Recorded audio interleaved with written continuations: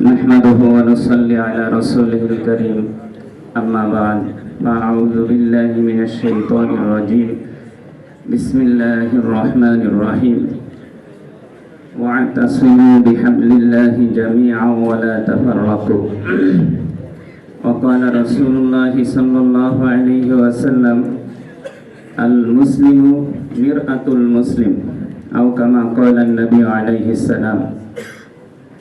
উপস্থিত অধ্যকার মজলিসের সম্মানিত সভাপতি আমির জামাত ডক্টর শফিকুর রহমান সাহেব সহ অত্র অঞ্চলের সমস্ত উলামায়ে কেরাম এবং দ্বীনের একনিষ্ঠ কর্মী মুজাহিদ ভাইয়েরা, আল্লাহ তাআলার দরবারে লাখো কোটি শুকরিয়া যে আমরা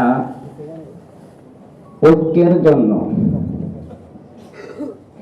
সকলে মিলে এদেশে ইসলামী হুকুমত কায়েম করার জন্য, এটাকে বাস্তবিক অর্থে ইসলামিক রাষ্ট্র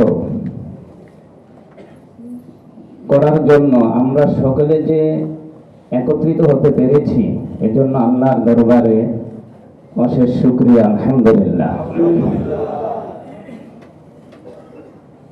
আমি যে আয়াত পড়েছি আলহামদুলিল্লাহ, এখানে যারা আছেন সকলেই আয়াতের অর্থ জানেন। দ্বিতীয় যে আমি হাদিস পড়েছি, হাদিস একজন মুসলমান আরেকজন মুসলমানের আয়না স্বরূপ। অন্যের মধ্যে কি ভালো গুণ আছে অথবা খারাপ গুণ আছে সেটা অন্য একজন মুসলমান বলতে পারবে, নিজের গুণ নিজে ধরতে পারে না। যেহেতু এটা মত বিনিময় সভা, আমাদের পূর্বে এক বক্তা মামুন আব্দুল্লাহ কাসিমি সাহেব যে পরামর্শগুলো দিয়েছেন, যেহেতু আমি কওমি ঘরানার আলেম, এই বিষয়গুলো আমাদের কানে আসে, এই জন্য আমি ওনার এই বক্তব্যের সাথে একমত। আপনার এই বিষয়গুলো খুব ভালো করে দেখবেন। দ্বিতীয় একটা পরামর্শ হলো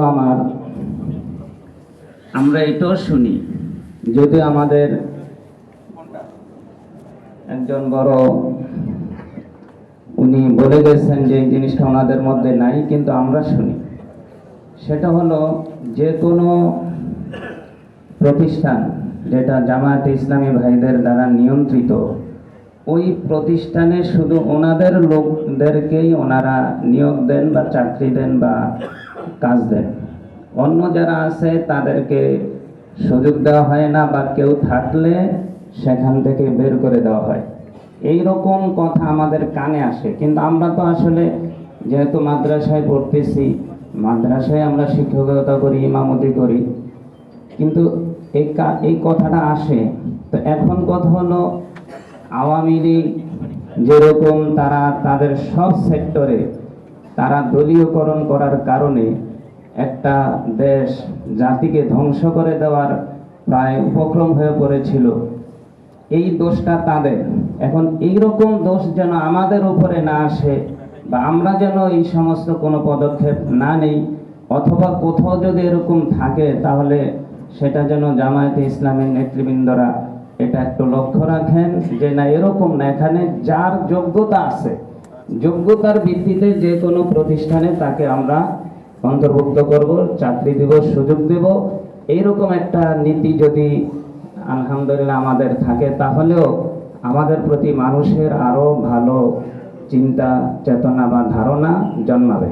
আরেকটা বিষয় হলো, সর্বশেষ যে কথাটা বলতে চাচ্ছি, যে কওমি আলেমরা আসলে তাদের কাছে কোনো দল শত্রু না। জামাত ইসলামী কেন, তার চেয়েও মানে যাদেরকে আরো নিচের মনে করি আমরা, যেমন অন্যান্য যে রাজনৈতিক দলগুলো, সকলেই তারা